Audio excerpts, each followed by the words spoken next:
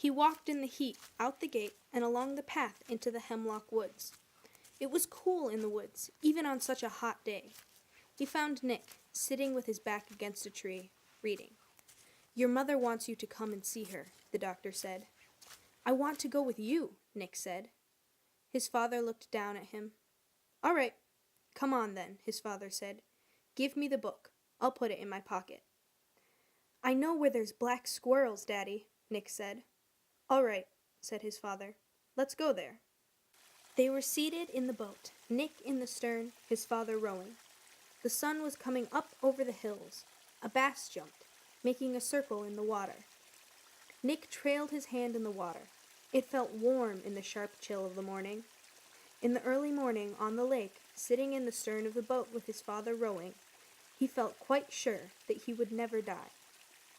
But that night, after dinner and a whiskey and soda by the fire before going to bed, as Francis Macomber lay on his cot with the mosquito bar over him and listened to the night noises, it was not all over.